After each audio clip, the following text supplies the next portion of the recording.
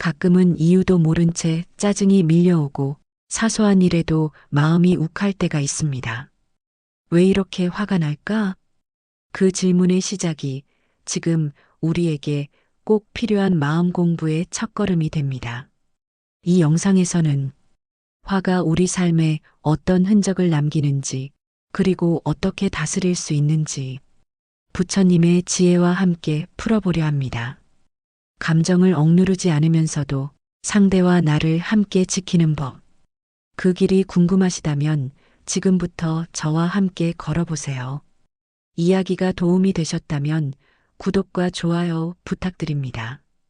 댓글에 숫자 7을 남겨주시면 그 짧은 숫자가 저에게 큰 힘이 됩니다. 1. 중년 부부싸움, 욱한 한마디가 만든 상처. 중년의 부부싸움은 종종 사소한 일에서 시작됩니다. 서울에 사는 53세 김 여사님 부부도 마찬가지였습니다. 남편이 퇴근 후 양말을 아무데나 벗어놓은 걸 보고 하루 종일 쌓인 피로가 폭발하듯 화를 냈다고 합니다. 그걸 몇 번이나 말했어. 왜 그렇게 지저분하게 굴어? 순간 욱한 한마디에 남편의 얼굴이 굳었고 그날 저녁은 서로 말 한마디 없이 지나갔다고 하죠. 살면서 가장 쉽게 상처 주는 말은 마음이 준비되지 않았을 때 나온 말입니다. 그 순간엔 내 말이 얼마나 날카로운지 상대에게 어떤 흔적을 남기는지 알기 어렵습니다. 하지만 시간이 지나고 나면 그 말 한마디가 관계를 멀어지게 만들었다는 걸 깨닫게 되죠. 중년이 되면 감정의 골은 깊어지고 상처는 더 오래 남습니다. 왜냐하면 젊을 땐 미안 한마디면 풀리던 것도 이제는 자존심과 쌓인 감정이 벽이 되어버리기 때문입니다. 한 번의 부부싸움이 반복되면 나중엔 상대의 존재 자체가 짜증으로 느껴지기도 하죠. 불교 경전에는 이런 말이 있습니다. 화를 입 밖으로 내는 순간 그 화는 상대뿐 아니라 나 자신도 태운다. 부처님은 화를 억누르라 하지 않으셨습니다. 다만 그 감정을 들여다보고 흘려보내는 연습을 하라고 하셨죠. 중년 부부 사이에 필요한 건 이기려는 말보다 지켜주려는 마음입니다. 상대를 이기고 싶다는 욕심이 올라올 때 지금 이 말이 꼭 필요할까? 하고 스스로에게 물어보세요. 그 짧은 멈춤이 큰 싸움을 막고 상처를 줄이는 지혜가 됩니다. 사람은 누구나 실수합니다. 하지만 그 실수를 반복하느냐, 멈추느냐는 내 마음가짐에 달렸습니다. 내가 던진 말 한마디가 결국 나의 관계를 만든다는 걸 잊지 마세요. 여러분은 혹시 그런 욱한 말로 후회한 적 있으신가요? 그 경험을 떠올리며 지금 가장 가까운 사람에게 따뜻한 말 한마디 먼저 건네보는 건 어떨까요? 2. 회사에서 화를 억누르지 못한 순간의 대가.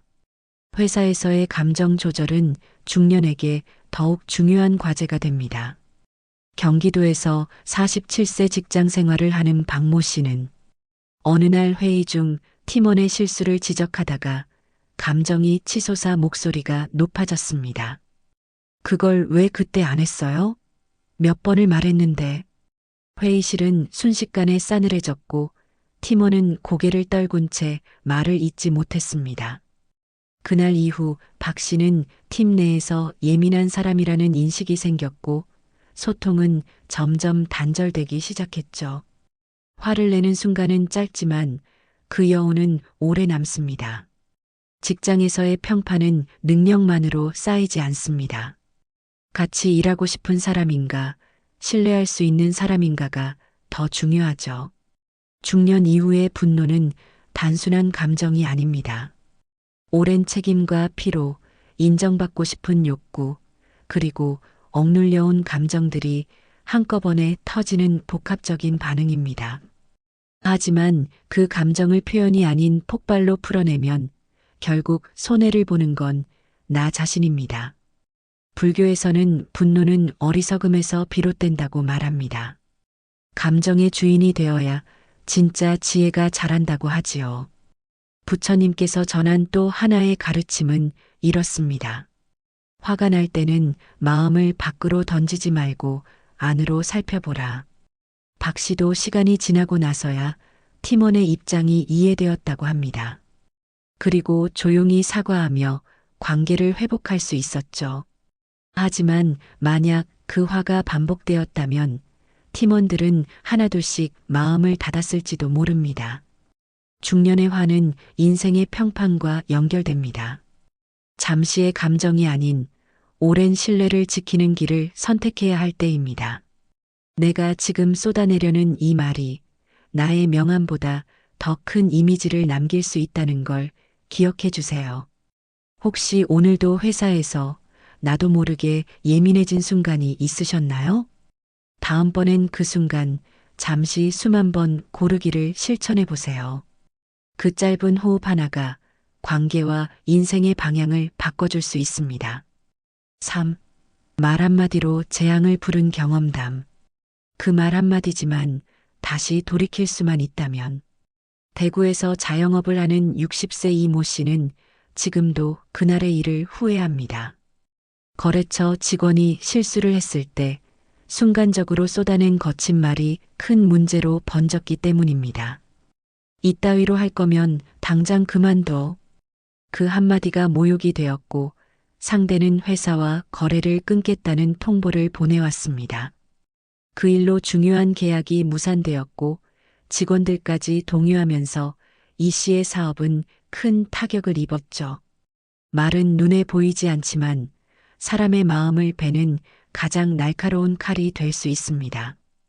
특히 중년 이후의 말은 단순한 감정 표현을 넘어서 사회적 신뢰와 명예를 좌우하기도 합니다. 내가 던진 말 한마디에 누군가는 평생의 상처를 입고 돌아설 수 있죠. 부처님은 말씀하셨습니다. 입으로 지은 죄는 칼보다 깊은 상처를 남긴다. 그렇기에 말을 조심하라는 것은 단순한 예절이 아니라 자신을 지키는 가장 중요한 수행이기도 합니다. 중년이 되면 우리는 많은 것을 경험하고 배웁니다. 하지만 말은 여전히 조심스럽게 다뤄야 할 무기입니다. 특히 감정이 격해졌을 때는 말이 아니라 침묵이 지혜가 될 때도 있습니다. 이모 씨는 그 일 이후 말하기 전에 한 번 더 생각하는 습관을 들였다고 합니다. 상대의 입장에서 그 말이 어떻게 들릴지를 먼저 떠올려 보는 연습을 시작했죠. 그는 말합니다. 말을 잘하는 사람이 아니라 말로 상처 주지 않는 사람이 되고 싶어요.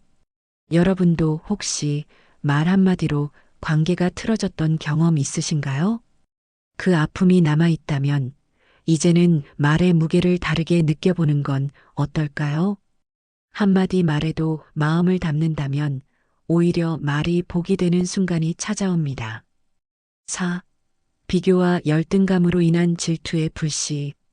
경쟁과 비교는 우리가 태어난 순간부터 시작됩니다. 그러다 보니 무의식 중에도 타인과 나를 견주는 일이 익숙해지죠.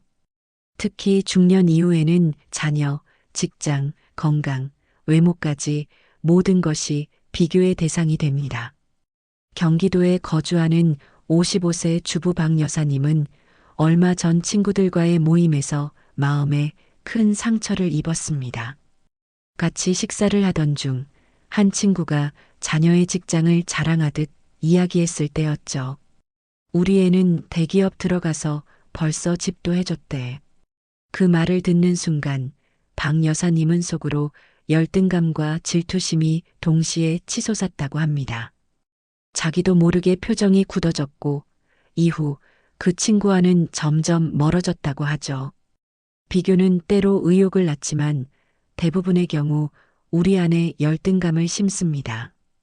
그리고 그 열등감은 조용한 질투의 불씨가 되어 인간관계를 갉아먹게 되죠. 부처님은 말씀하셨습니다. 남과 비교하는 자는 스스로를 놓친다. 진정한 고요는 남이 아닌 나의 마음을 들여다볼 때 찾아온다고 하셨죠. 질투는 타인의 성공보다 내 안의 부족함을 마주하는 순간 생깁니다. 그리고 그 감정을 외면할수록 더 깊은 어둠에 빠지게 됩니다. 그러니 비교가 올라올 땐 이렇게 생각해 보세요. 나는 지금 누구의 삶을 살고 있는가? 남의 길을 바라보느라 내 길을 놓치고 있지는 않은가요? 박 여사님도 스스로를 돌아보며 지금의 삶이 결코 뒤처진 것이 아님을 깨달았습니다. 자녀는 건강하게 잘 자랐고 남편과 소소한 여행도 다니며 지내고 있다는 사실이 얼마나 큰 복인지 다시 느끼게 되었죠. 여러분도 혹시 비교와 질투로 마음이 괴로웠던 적 있으신가요? 그 감정을 억누르려 하지 마시고 천천히 들여다보세요. 있는 그대로의 나를 바라보는 순간 마음속 질투의 불씨도 조용히 꺼지게 될 겁니다. 내가 옳다는 고집이 만든 갈등의 시작. 중년이 되면 세상살이에 익숙해지고 나만의 기준이 더욱 분명해집니다. 하지만 그 익숙함이 어느 순간 내가 옳다는 고집이 되어 갈등의 씨앗이 되기도 합니다. 부산에서 자동차 정비소를 운영하는 58세 최모 씨는 후배와의 갈등으로 큰 교훈을 얻었습니다. 한참 일하던 중 정비 방식에 대해 의견 차이가 생겼을 때였죠. 후배가 요즘은 이 방식보다 이렇게 하는 게 더 정확합니다라고 말하자 최 씨는 순간 기분이 상했습니다. 내가 이 일 몇 년을 했는데 어디서 배운지 몰라도 아직 멀었어. 그 말에 후배는 아무 말 없이 돌아섰고 이후로는 서로 눈도 마주치지 않게 되었다고 합니다. 최 씨는 그날 밤 혼자 생각에 잠겼다고 합니다. 과연 내가 옳아서 한 말일까? 아니면 내가 이기고 싶어서 한 말일까?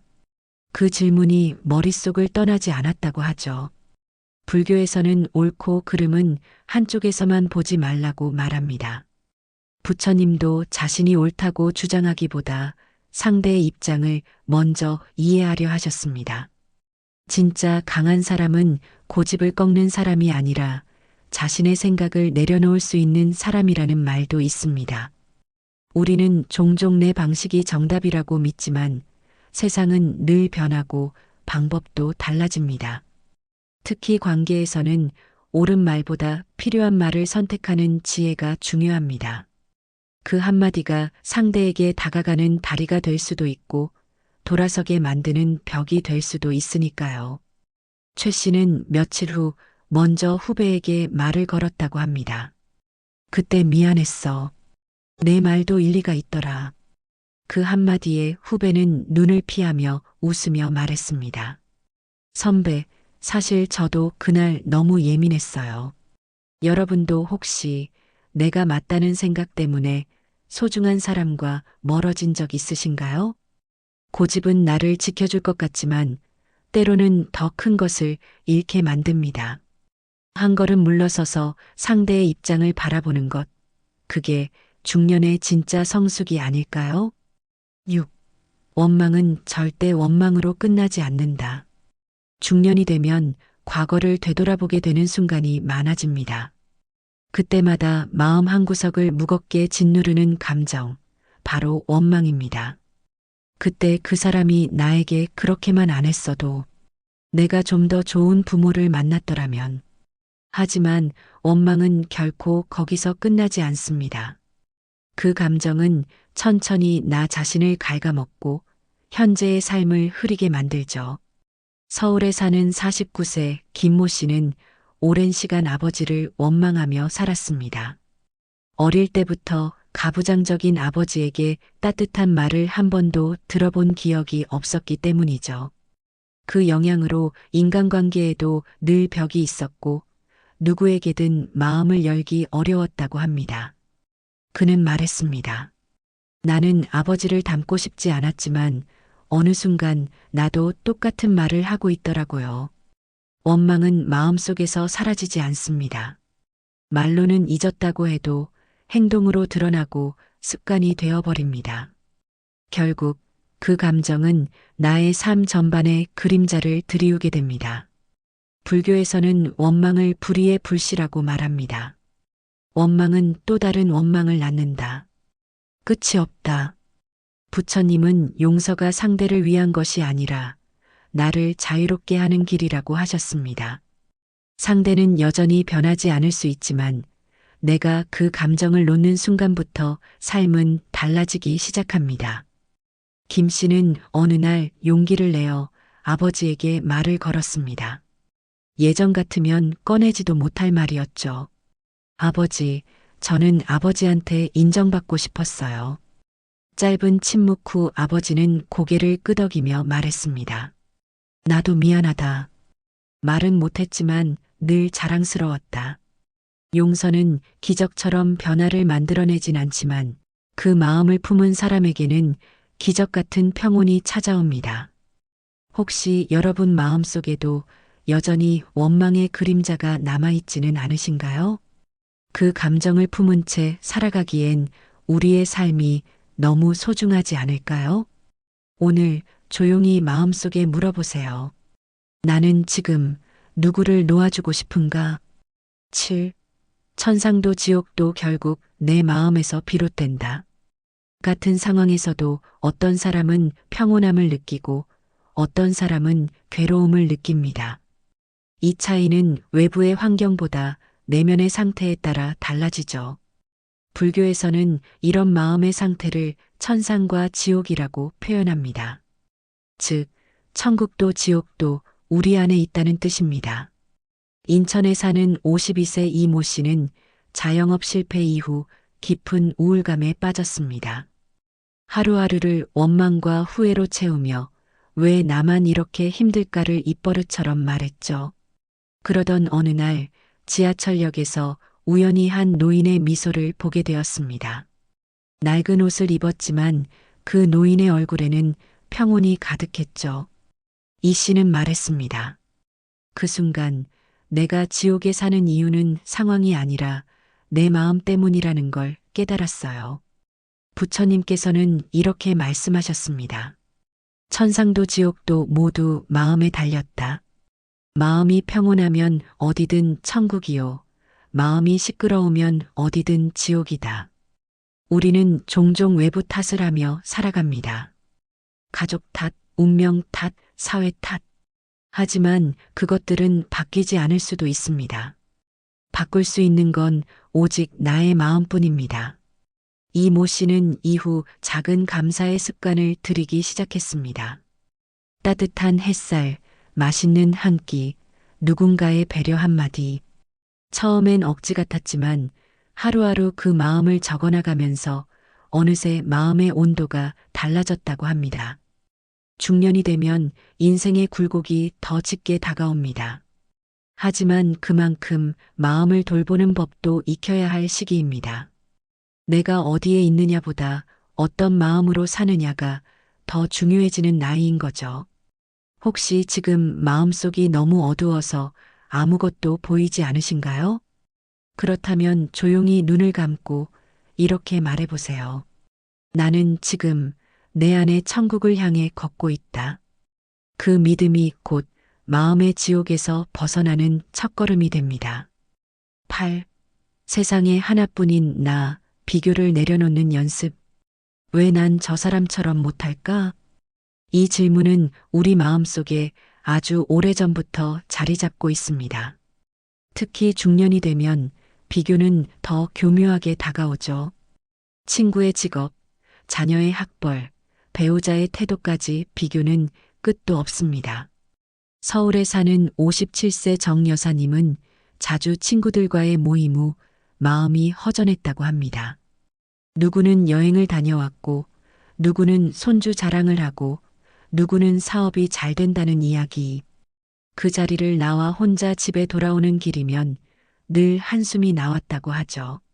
나는 뭐하고 살았지? 하지만 어느 날 손에 쥔 따뜻한 커피 한 잔과 조용한 거리를 바라보며 문득 이런 생각이 들었다고 합니다. 나는 지금 나만의 속도로 걷고 있구나. 부처님은 말씀하셨습니다. 남을 따라가려 하지 말고 내 마음이 기뻐하는 길을 따르라. 이 말처럼 비교를 내려놓는다는 건 단순히 남을 부러워하지 않는 것이 아니라 나의 삶에 만족할 줄 아는 연습입니다. 중년은 성취보다 여유를 배워야 할 시기입니다. 남보다 늦어도 괜찮고 지금 비워져 있어도 괜찮습니다. 그 자리를 나답게 채워가는 것, 그게 비교 없는 인생의 시작이니까요. 정 여사님은 이제 매일 아침 작은 일기를 씁니다. 오늘 아침 햇살이 따뜻했어요. 남편이 웃으며 차를 따라줬어요. 이런 작고 평범한 일상이 오히려 더 깊은 행복을 가져다 준다고 합니다. 여러분은 오늘 누구와 자신을 비교하고 계신가요? 혹시 그 비교 때문에 지금 이 순간의 평화를 놓치고 있진 않으신가요? 세상에 단 하나뿐인 자신에게 이렇게 말해보세요. 나는 지금 이대로 충분합니다. 그 한마디가 비교의 고리를 끊고 자신을 있는 그대로 받아들이는 첫걸음이 될 겁니다. 9. 자기 인생의 주인공이 되는 법. 많은 사람들이 말합니다. 이 나이쯤 되면 이제 내 인생을 살고 싶다. 하지만 정작 어떻게 해야 내 인생을 사는 건지 막막할 때가 많습니다. 늘 누군가의 부모, 배우자, 직원, 혹은 자식으로 살아왔기에 나라는 존재는 뒷전으로 밀려 있었던 거죠. 충청도에서 54세로 카페를 운영하는 윤모 씨는 30년 넘게 가족을 위해 헌신해 왔습니다. 하루 세끼 밥을 짓고 자식 뒷바라지에 남편 일까지 도왔지만 정작 본인은 늘 괜찮아, 나중에라며 자신을 뒤로 밀었다고 합니다. 그러다 건강이 무너지며 처음으로 이런 생각이 들었다고 하죠. 내가 왜 이렇게까지 살아야 하지? 부처님은 말씀하셨습니다. 자신을 소홀히 하는 자는 누구도 제대로 사랑할 수 없다. 이 말처럼 자기 인생의 주인공이 된다는 건 이기적인 선택이 아니라 건강한 삶의 시작입니다. 우리는 종종 남을 위한 삶과 나를 위한 삶을 구분하려 합니다. 하지만 진짜 중요한 건 그 경계가 아니라 마음의 중심입니다. 내가 나를 인정하고 나의 선택을 존중하는 순간부터 비로소 진짜 주인공으로 살아갈 수 있습니다. 윤 씨는 그 후 아침마다 스스로에게 인사하기 시작했습니다. 오늘도 잘 살아보자, 내 인생. 처음엔 어색했지만 하루하루가 달라졌다고 합니다. 누구를 위해가 아니라 스스로를 위해 사는 삶이 시작된 거죠. 여러분은 지금 누구의 인생을 살고 계신가요? 혹시 여전히 누군가의 시선에 맞춰 나를 잃고 계시진 않나요? 자신의 삶에 당당히 발 딛고 서는 것, 그것이 바로 자기 인생의 주인공이 되는 첫걸음입니다. 삶에서 가장 어렵고도 중요한 일은 바로 감정을 다스리는 일입니다. 그 중에서도 화는 한순간의 관계를 무너뜨리고 오래도록 마음을 불편하게 만드는 감정입니다. 이번 영상에서는 부부싸움, 직장 갈등, 말 한마디의 무게, 비교와 질투, 원망과 고집까지 우리 삶 속에서 화가 어떻게 작용하고 어떻게 풀어야 할지를 함께 나눠보았습니다. 화는 누구에게나 찾아오는 감정입니다. 하지만 그 감정을 어떻게 다루느냐에 따라 삶의 방향은 완전히 달라질 수 있습니다. 불교의 가르침처럼 천상도 지옥도 내 마음에서 비롯된다는 사실을 잊지 마세요. 내가 지금 느끼는 화가 결국 나를 괴롭히는 불씨가 될 수도 오히려 나를 더 깊게 이해하는 계기가 될 수도 있습니다. 중년 이후의 삶은 마음의 깊이로 완성됩니다. 타인보다 환경보다 내가 나를 다독이는 연습이 필요한 시기입니다. 이제는 나 자신을 원망이나 비교에서 놓아주고 있는 그대로의 나를 받아들이는 따뜻한 마음을 가져보세요. 여러분도 느끼셨을 겁니다. 화를 다스리는 것이 단순한 인내가 아니라 나의 복을 지키고 사랑을 이어가는 길이라는 것을. 이야기가 마음에 와닿으셨다면 구독과 좋아요로 따뜻한 응원 보내주세요. 댓글에 숫자 7 하나 남겨주시면 영상 제작에 큰 힘이 됩니다. 여러분의 이야기도 댓글로 들려주세요.